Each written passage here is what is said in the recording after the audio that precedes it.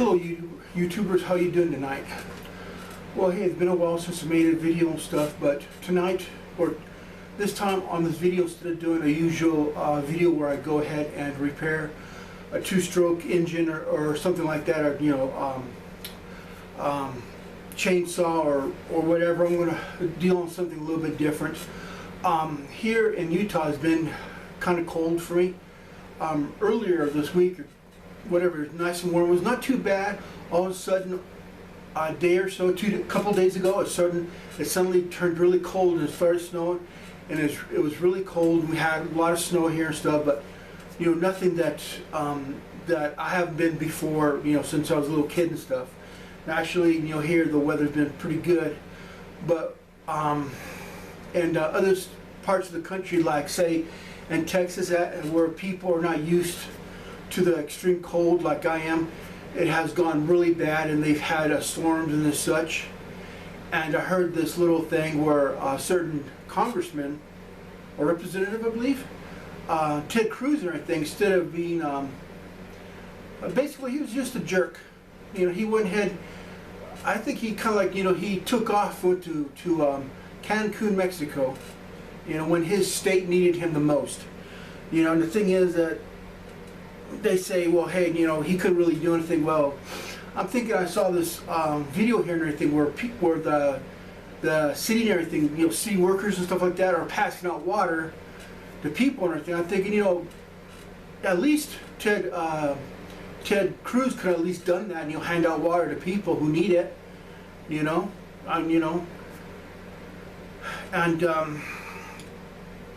and this really got me mad and stuff, because how in these dark days and stuff where we have the COVID and stuff, that the government officials and the government saying one thing and then they do another. Like this last holidays and stuff, they told us to stay indoors, not go anywhere for Thanksgiving or for Christmas and stuff, but instead a lot of the elected officials in the government, Congress, stuff like that, they went ahead and they took off and they went around on holiday and stuff, and while us, the normal people, we just basically stayed home and didn't really do too much, didn't really get to go anywhere to go see our families, our extended families or whatever.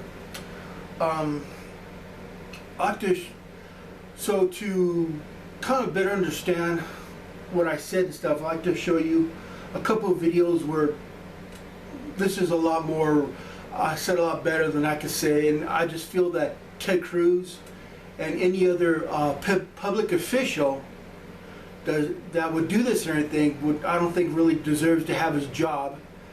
I think, if you're not going to stay in the state that you're supposed to be a representative of, and you take off because you're too chicken because of the cold or whatever, maybe you shouldn't be a representative. Maybe you should, just go ahead and quit your job. My own personal. So this is my little thing on the state of emergency.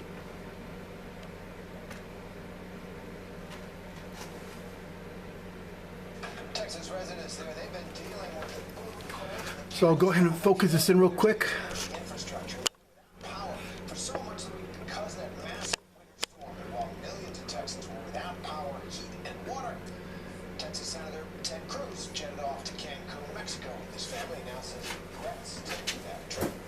Our Trevor Alt is in Houston, Texas, with the latest on all this. Hi, Trevor. Well, Terry, Diane, good afternoon. It is getting a little bit warmer here in Houston, and most areas have their power back, but the big problem right now is water. This was a vaccination site here in Houston. It's been repurposed, now staffed by hundreds of city employees and volunteers. They're giving out unlimited bottles of water to make sure that the people of Houston just have something clean to drink, because so much of Texas, the homes of millions of people, are still under a boil water. Well, look at that. And the thing is, you got to remember, Texas is supposed to be right now a pretty warm place right now, but if instead they're freezing like that, that's really sad. They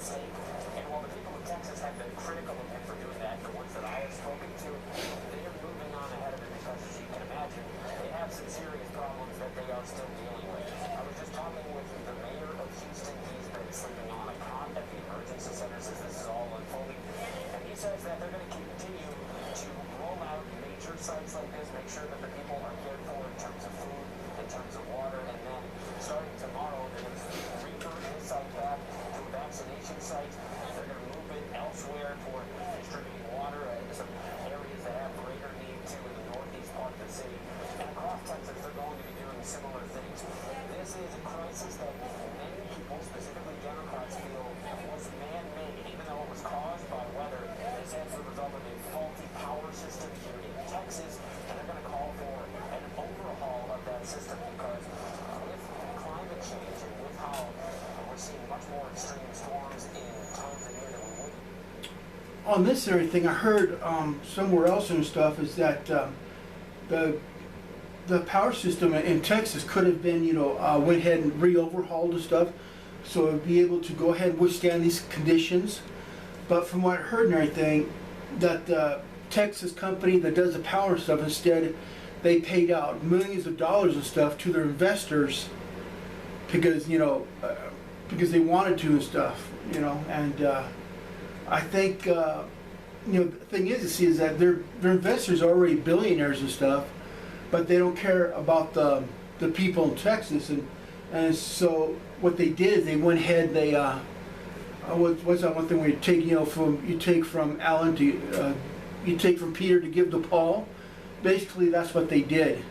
They went ahead and took away the money that needed to be done, that needed to be taken to upgrade the power system in Texas, and instead they gave that money to the billionaires and the such and investors that don't really need the money anyway.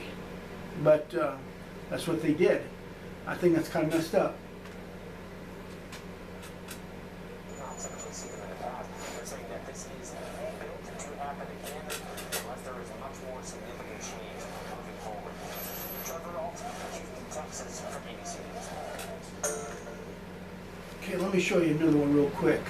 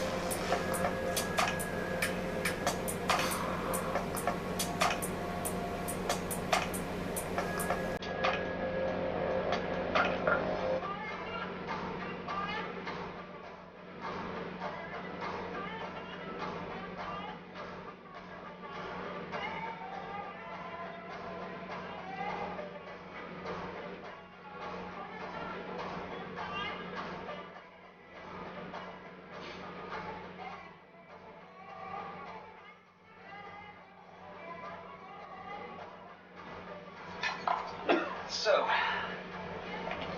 haven't been to work in a week, so thought we'd probably come check and see what's going on at the office. Right now we're looking at a warm 39 degrees. This is better. Got a little ice in the shade. Not too bad. Warming up.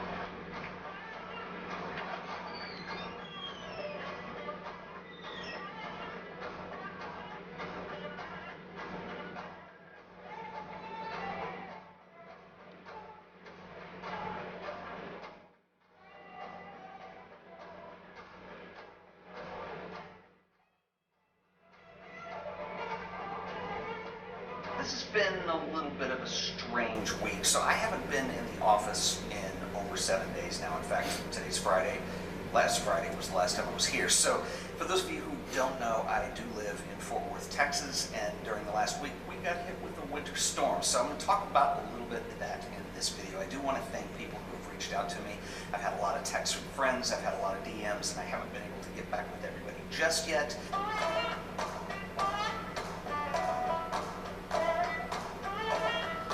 So yeah, super strange week down here in Texas this week. And first of all, I just want to make it clear, I am fine. I actually got really lucky this week. I had no idea how I remained unscathed by this winter storm. I did not lose power, but I really didn't have a whole lot of water issues other than getting cut off a few times at a frozen pipe, but I was able to get it to thaw. Anyway, I had a lot of people reach out and of concern and saying, what's going on down there. So I want to make a little video here to talk about that. So I guess all this started in a cold season, which began last week, February 11th, when in the pre-dawn hours there was a little bit of ice that had gathered on an overpass on a highway about 4 miles north of here. This is very scary, which resulted in a huge 133-car pileup. Wow. It was really bad, and I had never seen people get spooked by that. The next day, there was the most safe driving I'd ever seen anybody doing, but that was kind of a little bit of a precursor to what was going to come. Like I said, that was about 4 miles from here, so really scary and a little close to home. Well, anyway, I'm going to jump up to last Friday, a week ago today. So I'm getting ready to leave the office, and I remember listening to the radio and hearing that Texas was under a winter weather advisory, which is not unusual for this time of year, but it's the only time in my life that I can remember one being issued for every county in the entire state. Now, Texas is a massive state. You can drive on the north, south, east, west, wherever you're going. You can drive sometimes an entire day and never leave the state. It is big, and I don't remember ever hearing an advisory that was for every county in the entire state, and also Oklahoma, Louisiana, surrounding areas. This is a big winter storm that was coming in. Now, in Texas, we do have winter weather, and we do get snow, and particularly where I live, which is north central Texas, typically what will happen is you'll get snow for maybe a day. None of it really sticks. It's beautiful. It's fun while it lasts. The next day, it's melted. You go on about your business. Also, every couple years, in this case, I guess it was 10 years ago, we do get severe weather, which includes ice and more problematic things. But because it doesn't happen very frequently, we really don't have the infrastructure to sustain single-digit temperatures for days on end. So when this storm hit on the weekend, we really didn't have a whole lot of snow. There were maybe a couple inches full in the yard, but it's the sustained low temperatures. Things aren't built for it. They're not built to handle it. What will happen is pipes are exposed, they freeze, they break, then you have problems there. The big problem we had on this one, though, was the power grid. Texas is the only state in the continental lower 48 that is on its own grid. It's a private grid, so it's not part of the national power grid. And so, again, because it's not really prepared for cold weather, this creates a situation. I didn't know how this worked before this week, but it's called rolling blackouts. And so what they do is when everybody's at home and it's really cold and everybody's got their heat running really high, it puts a stress on that power grid, and it can't handle it. It just can't handle the number of homes that are on that grid, businesses, so on and so forth. And so what they do to conserve this is they come up with this idea of rolling blackouts. So they determine we're going to shut this area off for an hour, they'll come back on. This area will go off for an hour, they'll come back on. It's kind of a scroogey way of doing it, I think. You're just going to basically give no one warning and their power goes out. I have a really close friend. They have a little baby who's not even a year old. They lost power for 12 hours. And the problem is they would turn the power off, and for whatever reason, it wouldn't come back on. So this created a huge problem. I, in my entire lifetime, had never seen something this extreme, where like literally the skylines of downtown Fort Worth and Dallas went dark for 2 nights to conserve power. They canceled sporting events. I went out on Monday after it snowed the first time, and I tried to go run a couple errands, and I came to find really quickly that everything in this entire city was shut down, which leads to the second problem we had. Never heard of a boil notice? Well, I haven't either until this week. So apparently one of the things that happened is when power was going down and offline, it affected water treatment facilities. And so when your water treatment facility that supplies water to your neighborhood has no power, it can't give you clean water. It'll still give you water, it's just not safe to drink or bathe with, so you have to boil it. So basically it involves a process of bringing it to a rolling boil for a set number of minutes, and then you're good to let it cool down and you can use it for whatever you want. It's disgusting. I have no idea how I got lucky on this and got out of this completely unscathed. I had a water pipe freeze in the beginning, and I got that to thaw out, and I rearranged the way I was dripping water through the house, and it didn't happen again. But we never lost power, not once. Everyone I know was without power. My sister and her family were without power for 2 days.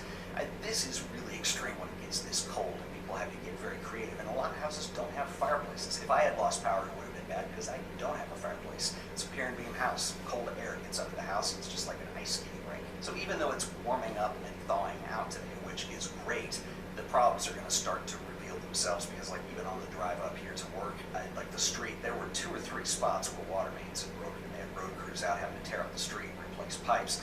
That's what happens. A pipe expands when it freezes, and it can break, and that's exactly what you're seeing. And there are a lot of people who have sustained damage to their homes. This can happen especially when you leave your home to go stay with somebody else, and a pipe breaks and water just leaks unchecked. It can be really bad. So in an effort to make the best out of the situation, I did want to try to document it somehow. It was a little light on what I actually had at home. I had a camera. It's really cold. You really don't want to walk a whole bunch. And I had my drone. And one of the cool silver lining things in all of this is on Sunday we had our first round of snow. And on Monday, even though a lot of people had their power out, I flew the drone up and you could see people all over the park with snowboards. It was really cool to see people getting out and doing something. We had a little bit of sun, so it was a little bit warmer. And then the next couple of days, the worst of that actually came through. We had more snow and a little bit of melt again with a freeze, and that's what creates a lot of the problems. Even in my neighborhood, went out one day and there were literally like 5 water breaks in the neighborhood. My water was shut off for a while.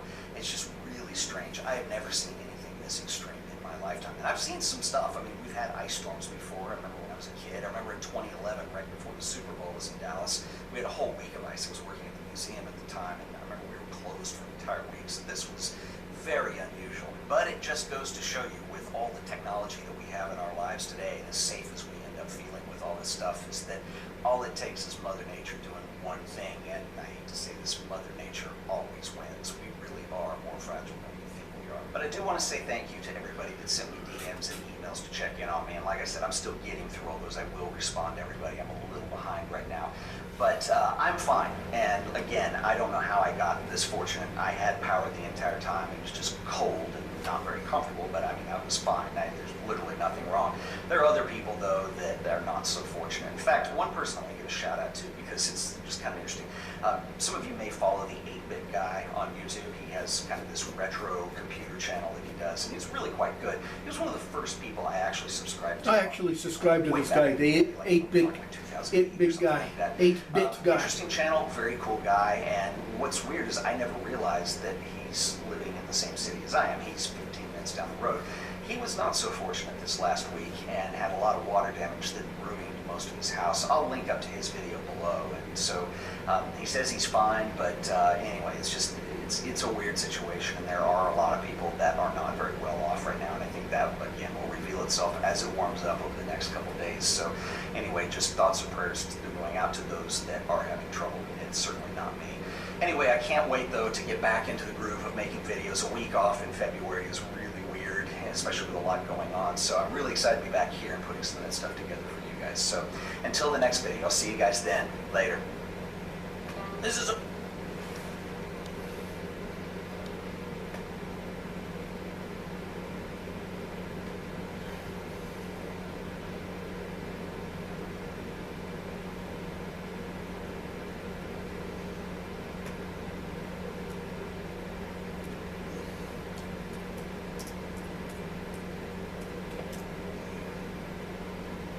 Okay.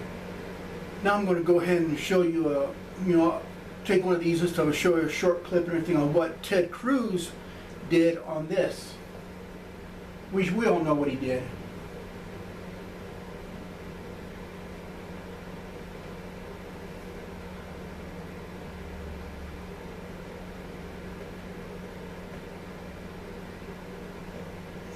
Let's see, huh? Texans are still digging out of this historic disaster, but their senator, Ted Cruz, was just caught getting out of Dodge for a family getaway. So while AOC was raising $1 million for Texas, Cruz was raising a glass of tea. Now, I want to go ahead and explain the stuff. Is that in this this emergency for Texas and stuff, when Cruz went ahead and left to the airport and everything, what he did is I believe he had a police escort him to the highway. The thing is that's I think that's BS. You need a police escort or whatever, so you can go to the hospital, so you can go to the airport to get away of the cold. And the thing is that's the proper use of police manpower and resources. I don't know about that. Tequila at a Cancun resort. Yes, he's been on an apology tour since. He was just caught getting out of Dodge for a family getaway. So while AOC was raising $1 million for Texas,